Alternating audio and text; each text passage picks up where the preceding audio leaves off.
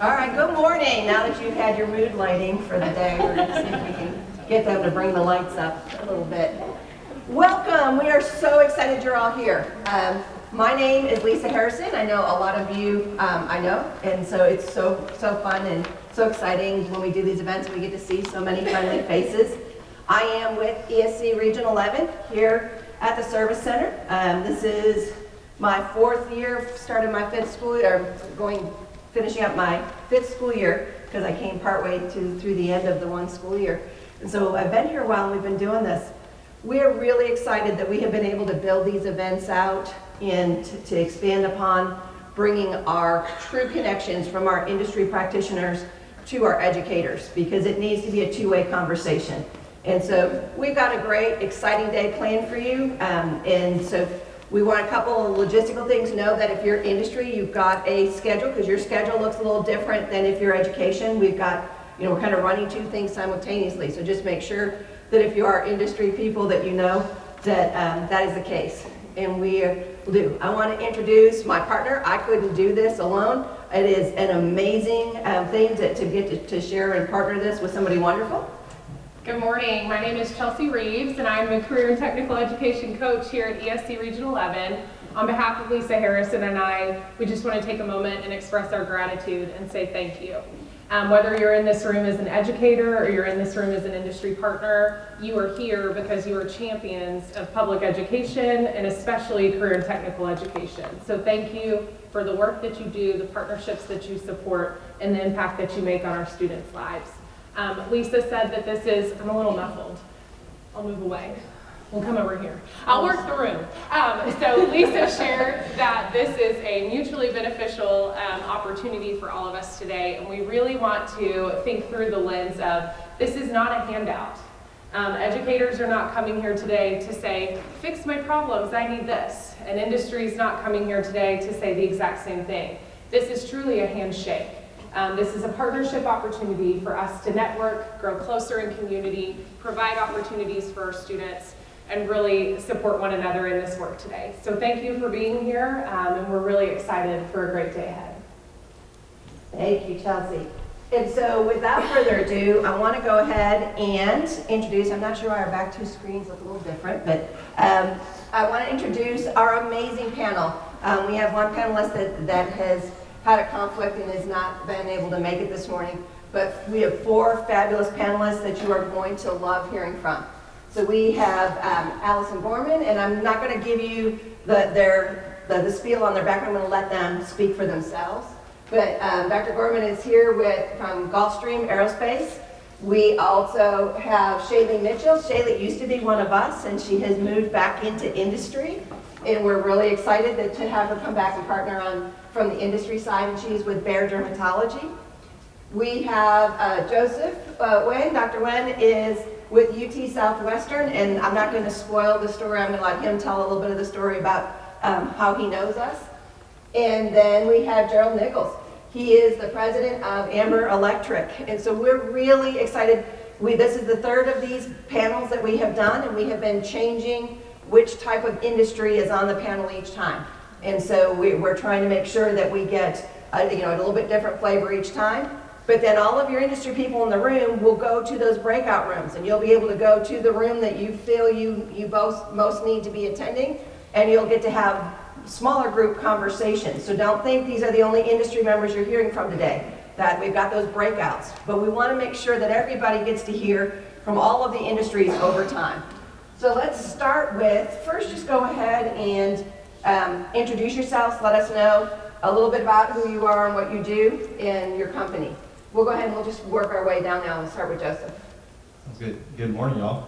My name is Joseph Wen, Controlled Substance Compliance Director at UT Southwestern Medical Center. There I report to the Vice President, and in that role it's compliance for the institution. So that means all the pharmacies, all the hospitals, and all the clinics in that area. And then I still practice as a clinical pharmacist at Texas Harris Methodist Fort Worth, where I love the gig. It's a fun job. So that's a little about me. I'll pass it off to Jared. Good morning. I'm Gerald Nichols. I'm with Amber Electrical Contractors. We're based in Irving, Texas. Been in the industry for just a minute, started in 1978, so I've been around, seen a lot of change.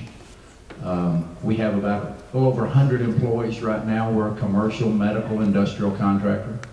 Do a lot of work at his place at UT Southwest, and we're looking at a project for one of the young ladies down here.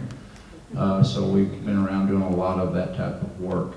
I represent Amber, but I also represent industry. So if you got someone that wants to be a framer, a painter, a sheetrocker, a bricklayer, or whatever, mention that to me if you need to at a breakout or something. I'll be glad to connect you. I'm very connected within the industry. Texo Foundation, CTE Education, Dallas College, Texas State Technical College, the independent electrical contractors. We want your students. I am one of those students that you guys as educators were worried about. That's why I told the panel up here that I think none of my educators are in the room. I think I've outlived them all. But guys, there's 60-some-odd% of your students are not going to traditional college, and it's okay. So we've got places for them. We'll help get them connected. But that's what we're here for, is to help get you guys a tool. And it seems like we do a lot of the talking, but I want to hear questions from you. What do you expect, or what do you need to hear from us? So please give feedback. See, he's one of those kids that he says that his teacher worried about, and he became president. Scary. Good morning. There are a lot of familiar faces in this room. My name is Shaylee Mitchell, and like Lisa said, I worked for the ESC. Prior to that, I was Director of Nurses at Weatherford ISD. Go Roos. And now I am, okay, hold on for this title, take a big breath, the Executive Director of Culture and Experience for Bayer Dermatology. And the reason that I took that job was because I discovered a passion for leadership and preventing toxicity in the workplace while I was here at the ESC and during my time in education. And a lot of that came from educators and all the things that I learned from being in education. And so I got the opportunity through being a law student at Texas A&M. That's what I do in my free time, all of it, you know. So I now work with the legislature in Texas on behalf of public education, speak out on behalf of nurses and teachers and administrators, and working on getting my jurisprudence master's degree so that I can help you guys in industry and partner with school districts. It's very important to me. Public education will always be part of what I do and very close to my heart. And again, now I've just kind of got a different perspective on hiring and what we look for in our employees. And so again, just like Jared said, being that student you're worried about, y'all, it's me right here. I was always in the principal's office. Girl's too loud, she talks too much. They call me the ringleader because I got everybody else in trouble, right? So please don't worry about those students. They're going to be just fine. But if you have any questions or you need anything or you have any suggestions, I would love to talk to you after this session and during breakouts. Hey everyone, I'm Allison Gorman. I am Senior Manager of Workforce Development for Gulfstream Aerospace Corporation. We're actually headquartered in Savannah, Georgia, but we have 2 locations in the DFW area. So we have a location at Love Field as well as in Fort Worth at Alliance, which is one of our newer facilities. My job at Gulfstream is to develop talent pipelines. So I'm really looking at, what's the workforce going to look like over the next 3 to 5 years, and how can I partner with different organizations around the country to make sure that we have a strong workforce and that we're meeting the needs of the community. So I work with K-12, a lot of community colleges, technical schools, universities, and the military primarily. I would like to say that I was also a troubled student, but I was the opposite. I loved school. I stayed in school until I was 30. Actually, thought I was going to be a professional student. That's why I got a doctorate in education, just because it was free and I was working at the university at the time. I thought, why not? Because I love school so much. So there's of us who are the opposite end, and we're successful too. So I'm looking forward to hearing all of your feedback, and hopefully I can share a little bit about what we do. We're so excited, and I think she is the furthest that traveled to be here today, so she flew in yesterday from Savannah to be here with us, so we really appreciate that she did that. All right, so we're going to kick off our questions. Let's start with, I would like Dr. Wynn to tell you a little bit about the journey that you took from high school through work-based learning and that landed you at UT Southwestern and the field of pharmacology. Yes. Thanks, Lisa. Man, that's crazy. I've been like the best. I feel like I've been like just keep my head down low and just trying to do the right thing and just not get in trouble. That's been my history at least. But anyways, so my role was actually I was introduced into pharmacology from actually a pharmacology class in high school, taught by Lisa Harrison. It was the first, I think it was the first time that class was being offered in high school, Haltom High School. And I had no idea what it was. I just knew that if you sign up for the class and you pass the test, then they pay for the license. And I was like, cool, that sounds great. But I think I learned a lot more in that class and watching Lisa teach and support her students that kind of helped me through my career path. So through the class, got the license, got reimbursed, yay. And then I was applying for jobs in that summer, and I couldn't get any jobs. Like, it was really hard to find a job when you graduate high school. They asked, what experience do you have? Well, of course I have 0 experience. I'm trying to find a job. And and of course they don't want to really take you in because you're going to be leaving for college soon, right? So that was a struggle. And so I found a volunteer position at JPS Hospital for that summer. Got some experience there. Then shipped off to UT Austin for college, and then got my PharmD there as well. Throughout the experience there, I continued to do pharmacy tech work at CVS, research assistants with the university, and then eventually graduated PharmD. Came back here, took a job at Texas CCMR Summit Fort Worth as a clinical pharmacist, and then I worked as a critical care pharmacist, oncology pharmacist, med surg pharmacist, discharge. There's a lot of different type of pharmacist jobs in the hospital. It was quite exciting and interesting, all of them. And so then I got promoted to lead pharmacist over operations, and that's the first time I kind of got into this administrative role where I learned a lot about process, Lean Six Sigma, and how to really protect our patients, patient safety, and make a better workplace for our team to enjoy their work and also make a difference and make an impact. And then there was a role that opened up at UT Southwestern. Had a lot of friends that texted me and asked me to apply for this role. I just got into controlled substances, which is an area that I would never ever get into because controlled substances is a lot of federal laws, state laws, a lot of risk there that you don't want to be a part of that with your pharmacy license that you work so hard to get.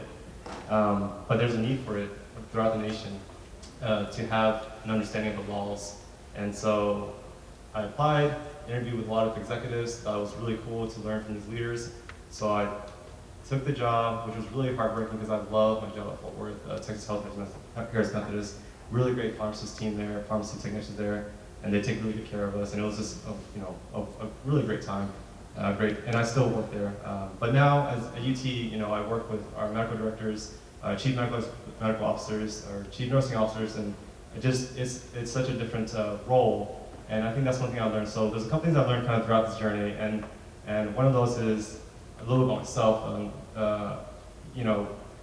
In pharmacology, I learned that I can memorize things pretty quickly, and that helped. And I've enjoyed drugs, and I enjoyed learning about drugs. And seeing how it affects the body. I also learned that just because you have a degree and a license, and Joe talked about this earlier, it doesn't mean you're gonna get a job, right? So a fancy piece of paper doesn't mean you're gonna get a job. You have to have a lot of other things, have to line up. You have to have some, hard work. And I remember just cold calling, trying to find jobs, and it was a lot of hard work. And eventually, you try 10 times, you might get one, and that's great. That's success, right?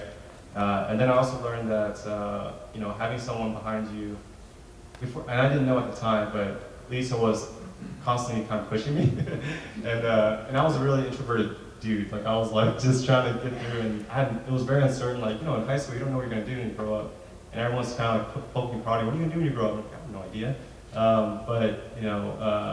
But we knew we wanted to make progress, and I think Lisa really helped push through all those different barriers and things I didn't know that I could do, and kind of throughout the career path and journey, I pushed myself further because I remember he just believed in me, and I was like, well, maybe I can do it, And at the end of the day, it kind of broke through the different ceilings that I had for myself, and so that's a little bit of my journey.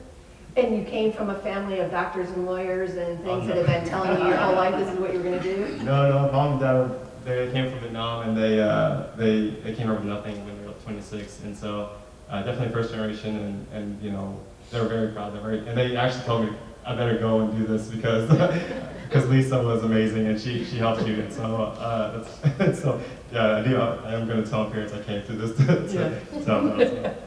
But yeah, no, definitely, it's been a journey, and I've learned so much more than I thought I would have learned. there's a lot of things that you don't know, that you don't know, until you get to that next goalpost and things open up and your perspective changes. And I think at the end of the day, just having those role models and those encouragers and the supporters to add some stability to the uncertainty is really important. And there's so many different paths out there. And I was laughing because Jared said he's been in it for a minute. Man, you've been in there for longer than I've been alive, man. Ouch.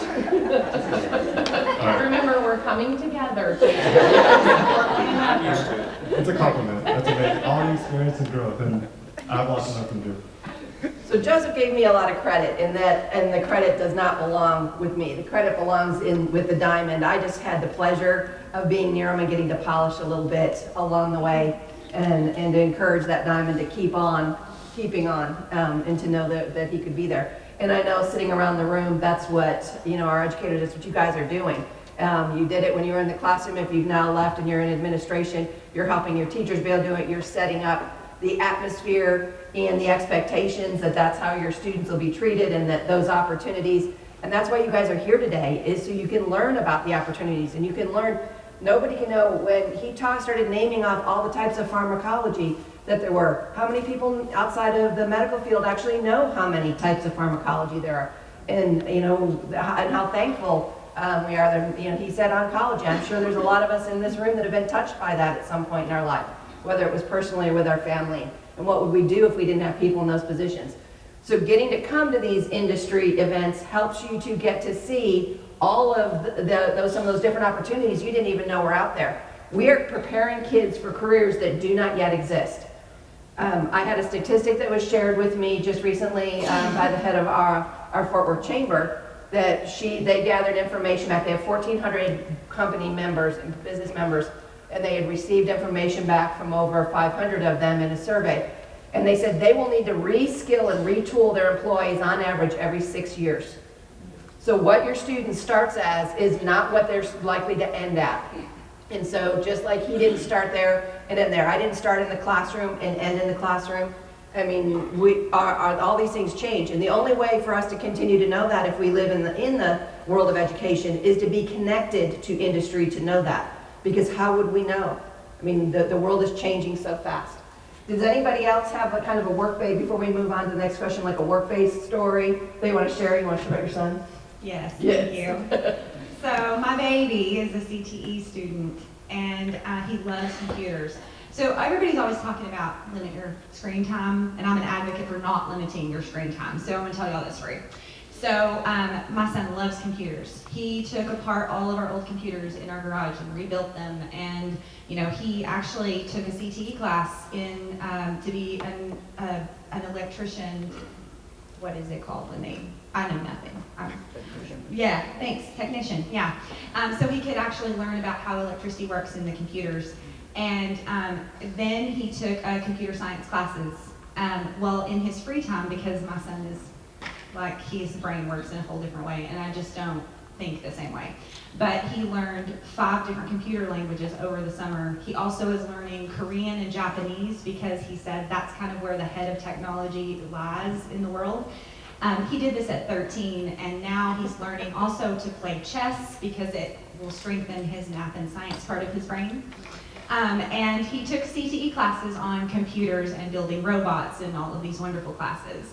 And then at 17, he got an internship with a company out of Manhattan building EMRs, which is medical record systems for hospitals and school districts.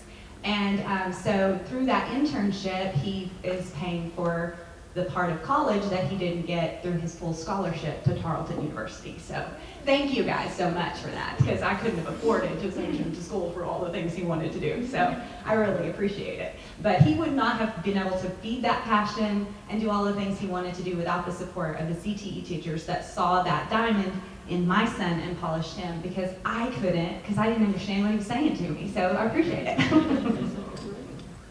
Thank you. Well, with educators in the room who are training your future workforce, can each of you please share what the current workforce needs in your industry are? I'll go first. So we have so many needs within our workforce, from engineering to our skilled labor.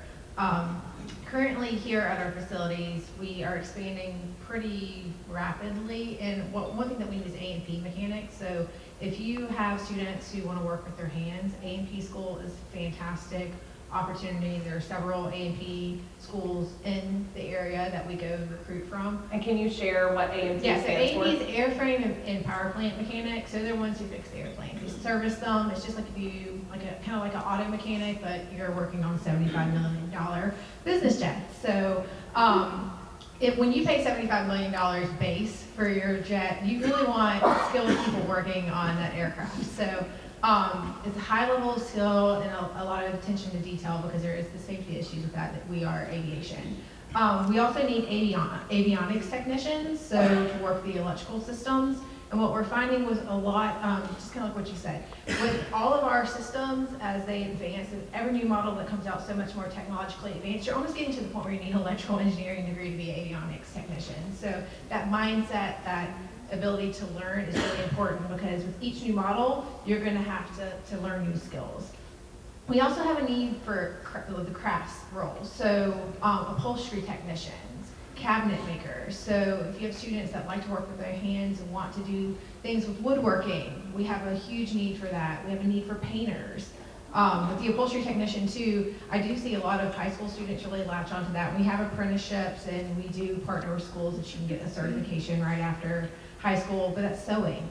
So you're sewing together like leather and each stitch has to be perfect. So we do have a lot of students who are really into sewing and it's a great transferable skill.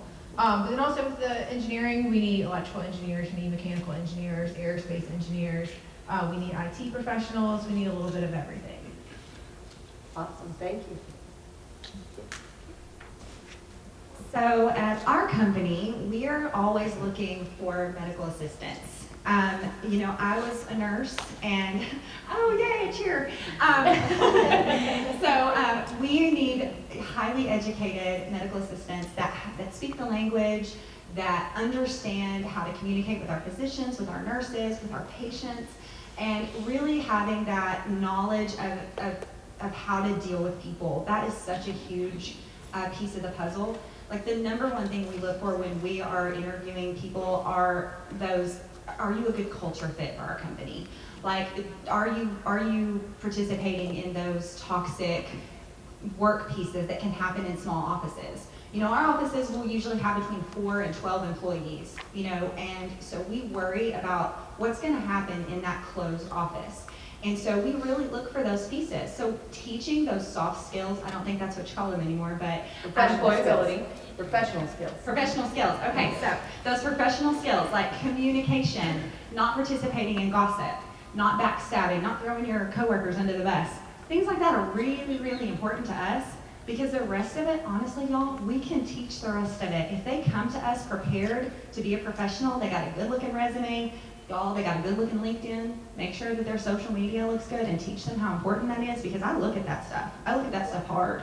And so also how they speak to me, how they carry themselves, how they're dressed. Don't be the stinky kid at the interview, right? That's real important. And how you come into our office and how you present yourself because you're gonna go out and you're gonna represent Bayer Dermatology. And that's really important to me because I really want you to be a part of my team. And we are all over social media. Please follow us on social media, Facebook and Instagram. But we want to make sure that you're representing our company really well. And so, although that medical assistant knowledge, if you come with me with a strong foundation, I can teach you dermatology skills, but those professional skills are incredibly important to us. I can echo everything they just said, in the same in construction. Even though construction is kind of a taboo, I guess, if you will, blue collar, we're changing that. It's way overdue. I was, like I said, started in 1978, and being disrespectful and all that didn't work then, and I never liked it. And I think the industry's seeing that change, but the culture and all that, and I would advise your students that if they go to work or are looking for a culture or looking to go work for a company and they don't have a culture or they can't talk about values and mission, tell them to run. They don't have to work there. There's plenty of good companies out there. one thing, before I keep going down that, I know Lisa mentioned, and first off, as educators, I want to thank you guys for what you do.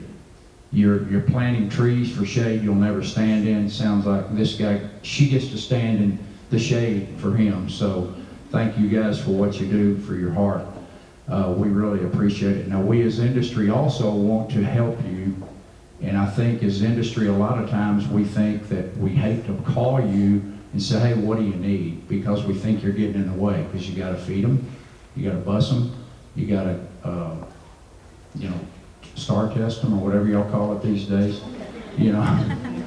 So, but our deal is reach out to your industry and just say, hey, I need your help. And if they say, no, I'm not helping you, you don't need to work with them anyway.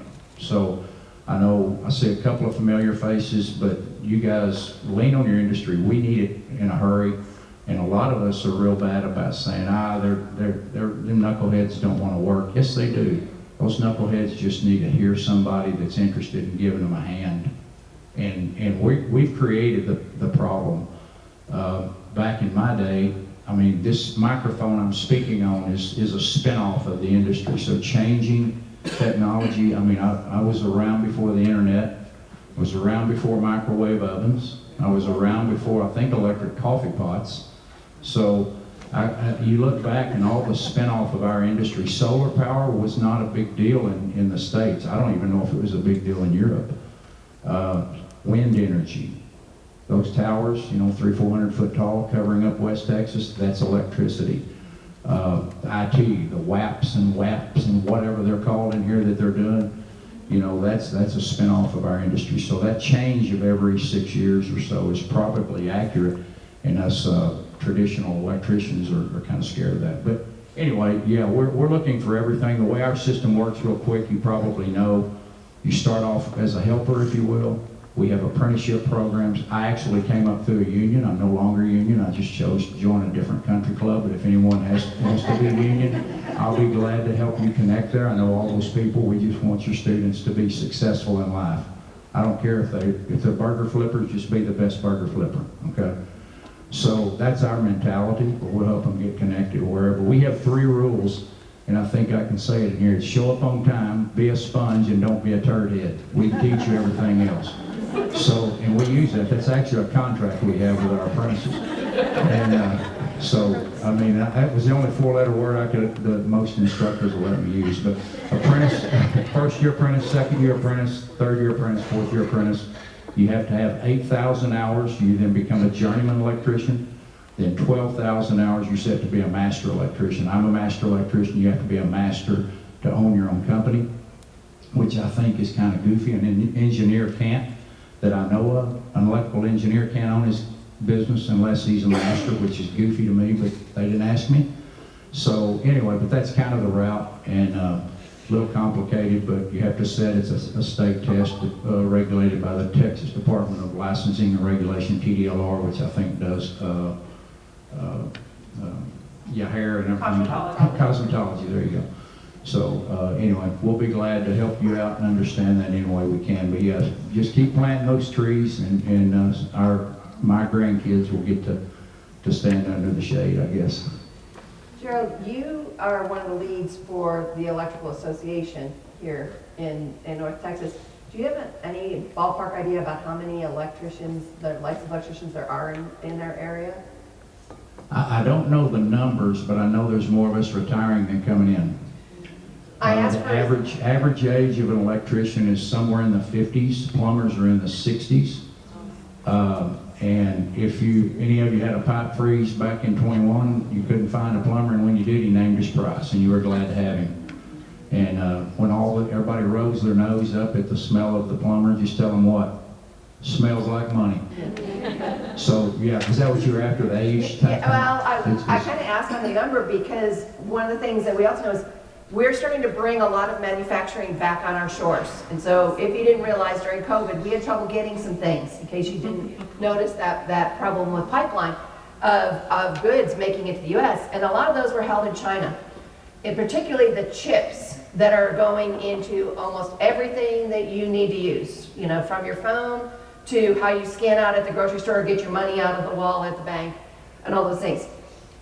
The TI is bringing that work back on our shores, and they're building in Sherman. Just to build the facility to be able to create the jobs, do this, they need 1,200 electricians to open that facility. 1,200 electricians. Do you think we can fill, with our current workforce, 1,200 electricians? So we're going to be working with them to try and build some pipelines to get kids that'll go directly to work for them as apprentice, because they're going to need that. And then once you're not an apprentice anymore and you're a journeyman or you're a master, you can go own your own company. Let me add though, I forgot about the TI function. I saw Candy walk in. We've been working with a grant that TI was spearheading, and that number's a little slight. They're looking for 16,500 electrical mechanical technicians between now and 2025 for all of their facilities. Now that 1,200 is, we have an electricians program, but we also have EET, electrical engineering technician. And I think I hit that right, Candy, 16,500. And it's just, that's just one entity. You know, right down south in Austin, Samsung's building, Tesla's building, you know, all of our labor is down there now. So there's a lot of opportunity, and make sure that your students and yourselves understand we use this technology. We have our marketing, our accounting, you know, there's a ton of opportunity that is not literally in the field. There are a lot of ladies in the field nowadays. It's only a few percentage, it's less than 10%. But I have one of my senior project managers is a female that came from the industry, from building Walmarts and things like that. Women see things differently. It is a male-dominated sport, but I don't necessarily, I never agreed with it, because if it wasn't for my wife, I wouldn't be able to do half the things I do. So, you know, don't discourage. If you got a builder and she happens to be female, or someone that may be meeting some challenges, I feel like a lot of those kids that are challenged sometimes just are bored, and we can show them an opportunity that they may not otherwise, know that's out there. So be sure, if you have one of those, ask for one of us to come in and talk to them. We can get in there. I think we can maybe, open a light. You're just a teacher. You don't know anything, right? You're just a parent. You don't know anything. But she can talk to my kids or my grandkids, and she knows everything. And I ask them, do you ever heard that before? Well, yeah, you told me that. But So I'll be quick on this. Hospitals, pharmacies, all throughout the nation, every corner, there's always a need for pharmacy technicians, and I think it's a great opportunity to, a student that may be interested in medical, not sure exactly what they want to do, that's totally fine. It's a good foundation in a transitionary work. And I know previously I explained, I said that it's hard to get a job coming out of high school, but I texted a couple of different pharmacy managers that I know, and they're happy to hire fresh high school graduates. They just need to have a willingness to learn and the ability to adapt. Because again, most of the stuff that you do on the field you can learn. You just need to have the personality and the work ethic to do it. And then for nurses, we pay a ton of money for nurses, contract nurses, like millions of dollars down the drain, when we'd rather hire nurses on fully and give them benefits and all that good stuff, because there's such a need, and so inefficient. Like, we're pulling nurses from all over the country to get, to where, our hospital, and they're only there for 6 months to a year, and then they move on to the next thing because they're getting paid so much. In the hospital space, there's always a need for those, at least those two. And then even the nursing platform, there's so many different areas and paths down that path, that way. And so, and at the very least, they get into the role, they make a living, and then they kind of get exposed to all these different paths that they now see, that, and then they connect with other different areas. And we also have, to address that, at Texas Health, they started an apprenticeship program where, you sign a contract, you get trained for 6 weeks, and then they help you get your technician license, and then you sign on to work for Texas Health for about a year, I think is the timeline. And that way you can kind of get into the system, get your foot through the door, and then go from there. All right, next we want to, if you can share a little bit of where you see gaps and shortcomings in your industry pipeline. We know that you have great needs. You just shared, the needs for all these different jobs. where do you see, and some of that may not be with your own company, it may be part of that pipeline, that supply chain to your industry. Where are you seeing some of those struggles? I'll go. Whoops, sorry. You want to go first? So I think a part of our, the gaps, one, it is some of the professionalism and, those soft skills, really, truly, like professionalism and employability coming in, the willingness to learn. But a lot of it is, students aren't coming out with some of the technical knowledge that they used to, like hand tool identification, just basic, shop classes would be, fantastic. And then we have a lot of competition, so we're all competing for the same talent, that it may not seem like Gulfstream, who is a manufacturer and a servicer of business jets, would be competing with the hospital, but we need occupational nurses too. Those, for the electrical skill set, we're competing with construction, we're competing with other manufacturers. An example in the Savannah area, Hyundai announced their Meta plant in America in our location. We have a population of about 170,000 people in the Savannah metro area, and they're hiring 9,000 with the overall impact with suppliers of 25,000 jobs are needed. We're just announced we're expanding by another 1,600. And then we also have the Georgia port. So we're all competing with each other for the talent that's not there. There's just not enough people. So that is something that's been very, very hard for us to figure out. And so that's why things like apprenticeships that kind of had taken a back seat for a couple decades, I'd say, are now more and more important, is to encourage students to go into these type of opportunities that employers are offering. So one thing that we've done recently in Fort Worth is we actually brought the director of equipment maintenance tech all the way out here. We had an apprenticeship expo. We hired 2 students from the Fort Worth area, and then we were paying housing and for an associate's degree and 40 hours a week of pay at over $20 an hour for them to go to school and learn how to be an equipment maintenance tech, because it's that critical of a skill set. We are taking them to Savannah only because we have the majority of the equipment that they could potentially ever need to touch, and all the robotics and things like that there. They're learning, and they're going to have an associate's degree, and we're paying to relocate them back to Fort Worth. So we're going all around the country and bringing people in. And it's gotten to the point where that's the only way that we know how to overcome these barriers. So and we're not the only ones doing this. So just as educators, I encourage you to encourage your students to think about things like that, because they basically get the going off to college experience, living in a fully furnished, utilities included apartment for 2 years, and they're making a ton of money and not going into debt. And then should they decide they want to go get their electrical engineering degree, or they want to go get their business, we'll pay for that too, through tuition reimbursement. So there's a lot of opportunities for people to go into the trades, and that's kind of really what we need is, I feel like maybe society is starting to shift back to where trades education is seen as a viable alternative to college, but that's really what we need. I agree with everything she said, and she's spot on, because I didn't think about you guys hiring electricians, so you're after the same people I am. But one of the things where I think we're missing, and this is it's my statement, but it's actually a question. CTE is who our concentration is in here, correct? Do we have any athletic coaches in here? Okay. I think we're missing the boat there, because all of us, I was a sports guy with football and baseball. I went to college to play baseball for about 20 minutes and came back and went to work. Plan B. But the thing that we're doing, that I think now, is those athletes know how to show up on time, know how to lift weights, know how to sweat, they play in the rain, play in the cold, play in the hot. And we're just targeting the CTE classes. And I may be wrong, this is just me, outsider looking in. I was a sports guy, VOTEC is what I think it was called then, and it was, oh, those kids. We got to get them, us kids. And we need to get to those athletic directors, those sports coaches, and go talk to those football teams, because there's 3,300 school districts, I guess, in the state of Texas, or something like that. Every one of them have a graduating class every May. And how many of them are athletes? How many of them are CTE kids?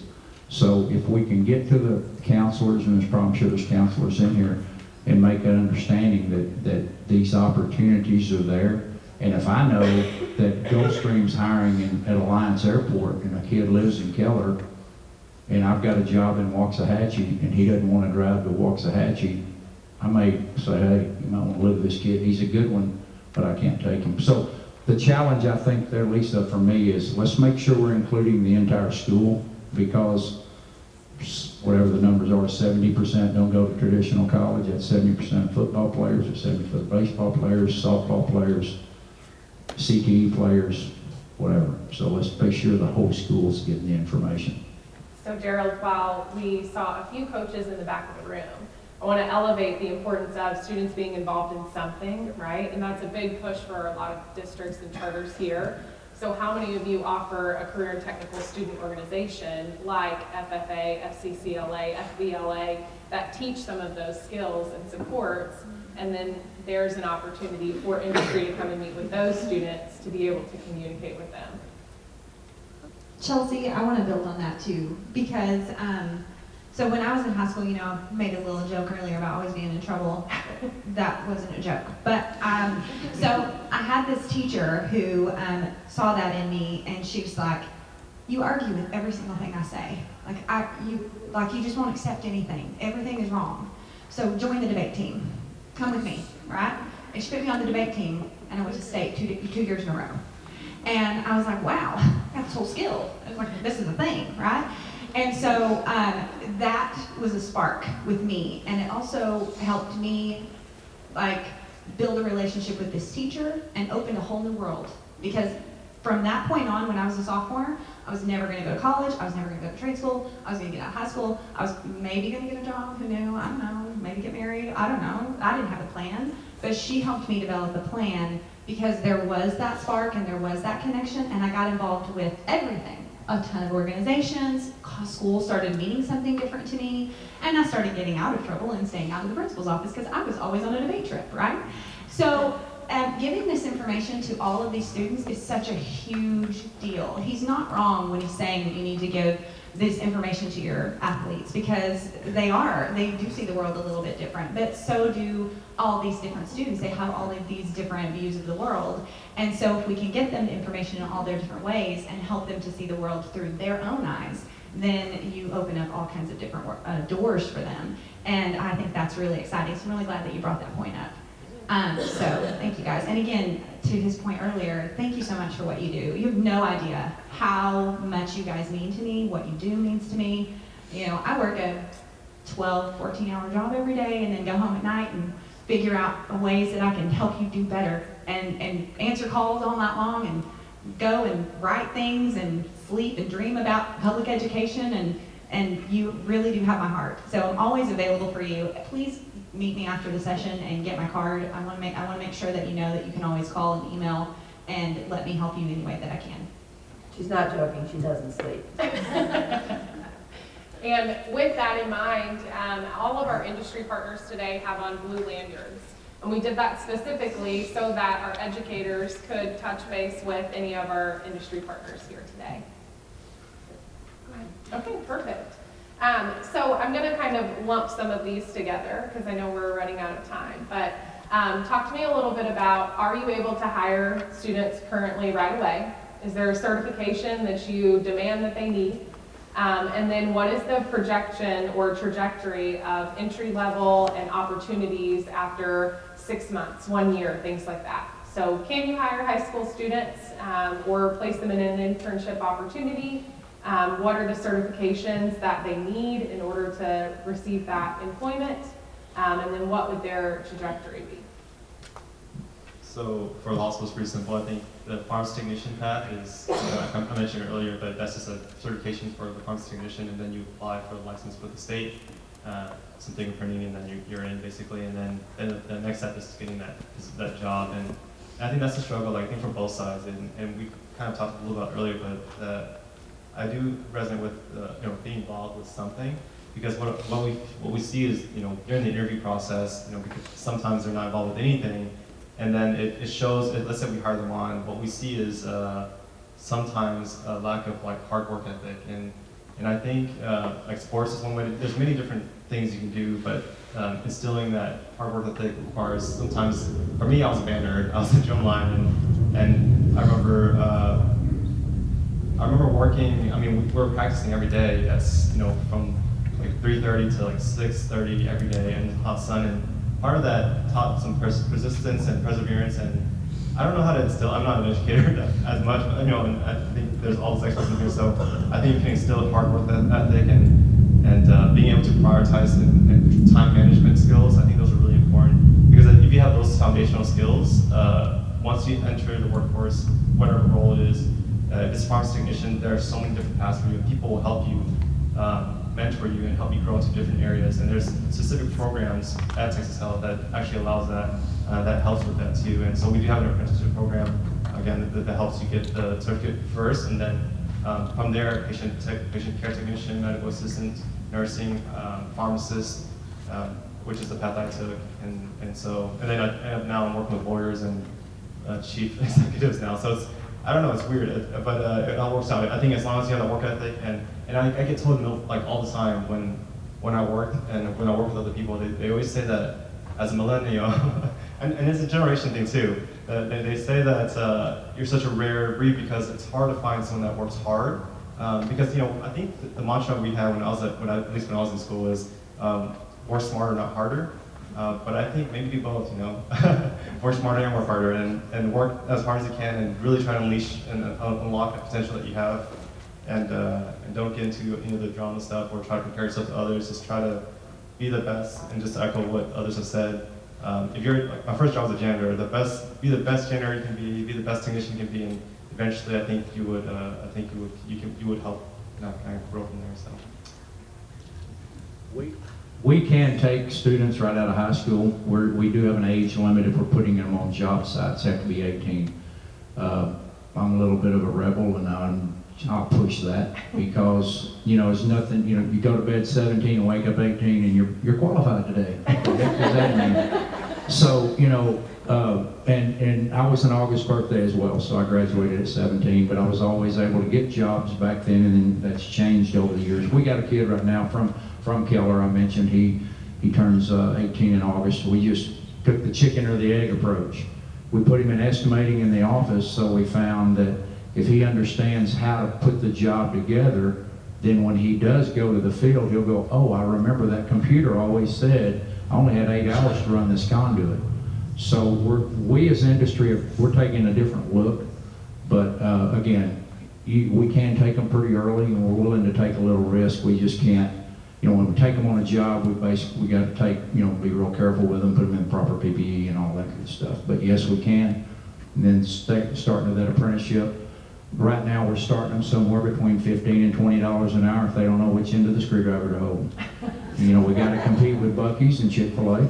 We just do. And it's sexier to work at Buc-ee's or Chick-fil-A than dig a ditch for us. I get it. So we have to do that. But yes, we'll take them. And then about every 6 months, they would get a raise as an apprentice and for 4 years. And then a journeyman level. Right now, our base scale of journeyman is $28 an hour and up. But if you test with TDLR for to go from an apprentice to a journeyman, you immediately go to 28. That's probably a tad low right now.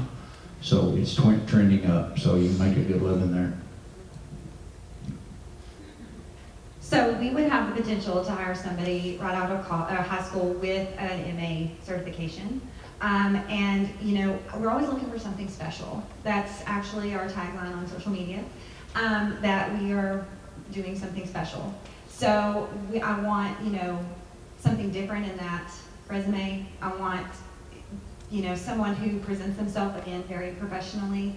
And I need someone who's willing to learn, someone who presents himself very well in an interview. Our pay scale for an MA is between $20, $25 an hour. And we would be willing to train them derm specific. We do surgery in our office. Right now we have 3 current locations that are open. We're opening a 4th, and within the next 5 years we'll have about 25 locations. We're going to be the biggest derm office in the world, y'all. It'll be about 25,000 locations. Just wait. So that's the goal. We got to fill those locations, but I do not take the warm body approach. I'm not going to hire you to have an open spot. There's going to be something about you that we can grow and that is going to make our team exceptional. And right now, for our 3 locations, I got about 1,000 applications, and I go through every single one of them. And I go through them with a fine-tooth comb. And I'm looking for something great, and I'm going through your social media. So please tell them that that's really important. You know, like I said, I just need somebody that really stands out. But I do need an MA certification or MA experience of some kind, because we're growing so fast. That's the only reason I can't train you from the bottom up. I can't bring you in with 0 knowledge and train you just because of the fast growth of our company. Patient care technician or only MA? I would be willing to look at a patient care technician because I do love good PCT, y'all. They just have so much knowledge, experience. I worked with them in the ER. I love that certification, and because we do surgery and because we have no surgeon on staff, I love that. Would also be willing to look at a surgery tech if you have a surgery tech program at your school. I would be willing to look at, you know, potentially a CNA. The only thing is we don't have a lot of RNs on staff at this time, so that would be, you know, a special case. Most of our staff that works clinically is MAs, but, you know, for our surgery section, PCT would be really creative. I really like that. Okay, so for us, we can hire recently graduated high school students. It's going to be a little more limited depending on the experience of the student. We do have a youth apprenticeship program that is actually for high school students, so they can come and work for us for a couple hours a week and learn the industry, make some money before they've even graduated. But upon graduation, we have different pathways, and we are pretty intentional in making sure there's different options that meets the needs of our workforce. So we will have opportunities for those who've gone on to get a certification from a technical school. So whether that's avionics, sheet metal is a huge need, structures, upholstery, cabinet making, those types of things. We also do some special internships with local technical schools for our A&P mechanics. So if they're already in A&P school, they can work for us for 20 hours a week, making $20 an hour, which is pretty great. A lot of A&P students have to Uber or make ends meet because of the demands of that program for 2 years. And we actually work around their schedule, so that way class comes first and work comes second, which we think is a great opportunity. But another opportunity for the right student who's motivated, who wants to go become an A&P, is you don't actually have to go to A&P school to become an A&P mechanic. You can go through the FAA to get your certification, your sign-off. So we'll hire you as an aircraft tech trainee and actually give you the work that you need and sign off that you have met the hours, and then we'll pay for you to go to boot camp for 4 weeks, get prepared for the oral and practical exams, and I'll actually pay for you to get your exams. So we have lots of opportunities to build our talent, because as we all know, the labor market's a little intense right now, and so if you can't go out and buy the talent on the market, you're going to have to really invest in building the talent, and that's where we are right now. Awesome. Let me, on adding that, so no debt out of high school, going to college, our program's the same. We will fund you if you meet those 3 curriculum I told you earlier. We will pay for your education, so no debt. So we've heard a lot of great things, and you're going to be able to continue to hear them if you go into the breakout room that they go into, so there'll be more smaller conversations where you guys are going to be able to talk directly with them. But we'd like to ask each of you to quickly give us, do you have one wish for education, whether it's something that you thought that they didn't know that you wanted to know, or one wish on something that was being done different? What would you share? I wrote this down actually, and I was going to ask you guys a question. All of us in here look like we're older than when TikTok was born. So that's another one of those changes we have to get trained on, right? I'm a podcaster, continual learner. I listen to podcasts, 3 different ones on the way over here today, about basically leadership and things like that. So my question is how do you communicate, how should we communicate with these students that we're trying to attract? And a lot of schools have journalism classes, video cameras like that young man's running right there. would it be a good idea to start a podcast within a high school? Because my thinking is, I'm debating doing it, but they don't want to hear me, they want to hear their buddies. So if my grandson wants to host it because he wants to go into journalism, proximity principle, put him around that, then his friends are going to listen, their parents are going to listen. How do you communicate to them? Now, catch me later today and recommend how we can do that, because we're interested in doing that. So that's my one ask. How do we communicate with these students? Even starting in the 6th grade, I went to a 6th grade class in Lancaster not long ago and showed some wiring mechanisms, and they absolutely loved it. And it was I was scared of the 6th graders. I'm good with high schoolers, but the 6th grade scared me. But they were really, really good kids, and they're out there. So just, if you got ideas, let me know them, because my company has basically told me, you go find us talent. We'll grow if you can go find us good talent. Allison? Okay, no, Jody. So I think the one thing that I would just stress to students in particular is that there are so many people that want you to be successful, and sometimes I don't know if they always understand that, because there's a lot being thrown at them when, particularly seniors. So I hope that they would be aware of everything that is an opportunity and realize that it's not always the end. You can always go one route, make some money, figure out who you are without going into debt. I think the debt piece is something that I always stress to high school students, because there's just so many opportunities for you to have a career and, set yourself out on the right path, and then you can utilize different programs that employers have to kind of change paths later, if that's what you want to do. And then, we want you to come work for us, but not expecting you to know your entire life plan at 18. Awesome. So talk to me after this, I'll show you my TikTok channel. Show me how to use it. I think that my one wish really plays off of Allison's. I wish that kids knew how much we believe in them and how successful we want them to be. I wish that they knew how much we're all pulling for them and how much we need them.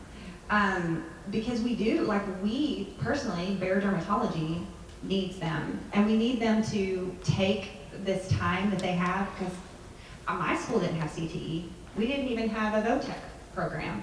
And I would have given anything to have had that opportunity and just have some, exposure to what career paths I could have had. Because I had no clue what I wanted to do, and y'all don't even have time to hear about this girl's career path. But that would have been so great. So just to take hold of these opportunities and try and take them seriously, that would definitely be my wish. So there you go. And I think for me is explaining to students that it doesn't have to be a linear path. We talked about it over and over, but you're figuring yourself. Even when I was graduating in pharmacy school, I was like, what do I want to do when I grow up? Still, So I still yeah, I think, and that's okay. And maybe have a couple backup plans, plan A, plan B, plan C, and really we're all on a journey. Everyone's on a different time journey. Everyone's on a different career journey, and it's okay. And I think if they understand that also delayed gratification is really important. Don't always just go straight for the paycheck. For me, I took on a lot of roles where I just wanted to learn and get exposure. And even with my current job, I didn't really care what I got paid. I was just excited to work and learn and grow. And I think that was the right mindset at least for my path, and it worked out for me. So yeah, I think that's the main thing is, may not know what's behind the next post, and I think it's important to just go for it and just see what happens and work hard and just do the best you can in each role that you are in. If you see him later today or in his next breakfast, ask him what some of his summer intern jobs were, because they're going to blow your mind. I did college wrong. So we want to thank you. Let's give them a big round of applause.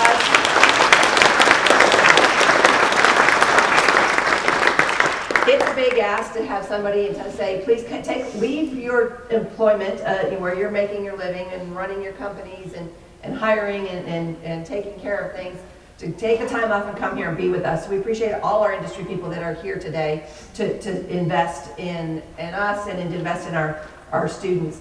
But it's also harder to ask them to sit up on a stage and represent their entire industry. So we know that that's a big ask, and we really appreciate that they were brave and they leaned in and they were willing to do this.